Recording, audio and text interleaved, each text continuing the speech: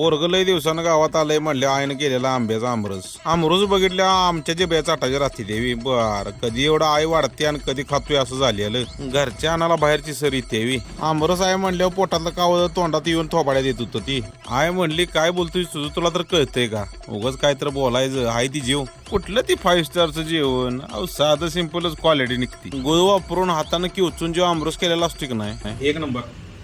एका वाटेव बागतवी चांगल्या 3-4 वाट्या वाढल्या. म्हणलं भाव यायच्या आधी चटका मारावा. तवर भाव येऊन बसलंच. तोपर्यंत जेवून झालेलं. आता जेवून झाल्यावर शेवटलं मिष्टानं लागतंयच की. हाऊसनं आणलेली स्ट्रॉबेरी पण ती काही चांगली लागली. बाहेर जाऊन बघतोय तर पारायणाची मीटिंग चाललेली. हा म्हणलं आता गोरबा काकांची पुण्यतिथी आल्याजवळ. राजकारणात समाज असावा पण समाजात राजकारण करू नये. आणि सगळ्यात मोठा गैरसमज निर्माण करणारी एकमेकांची तोंड.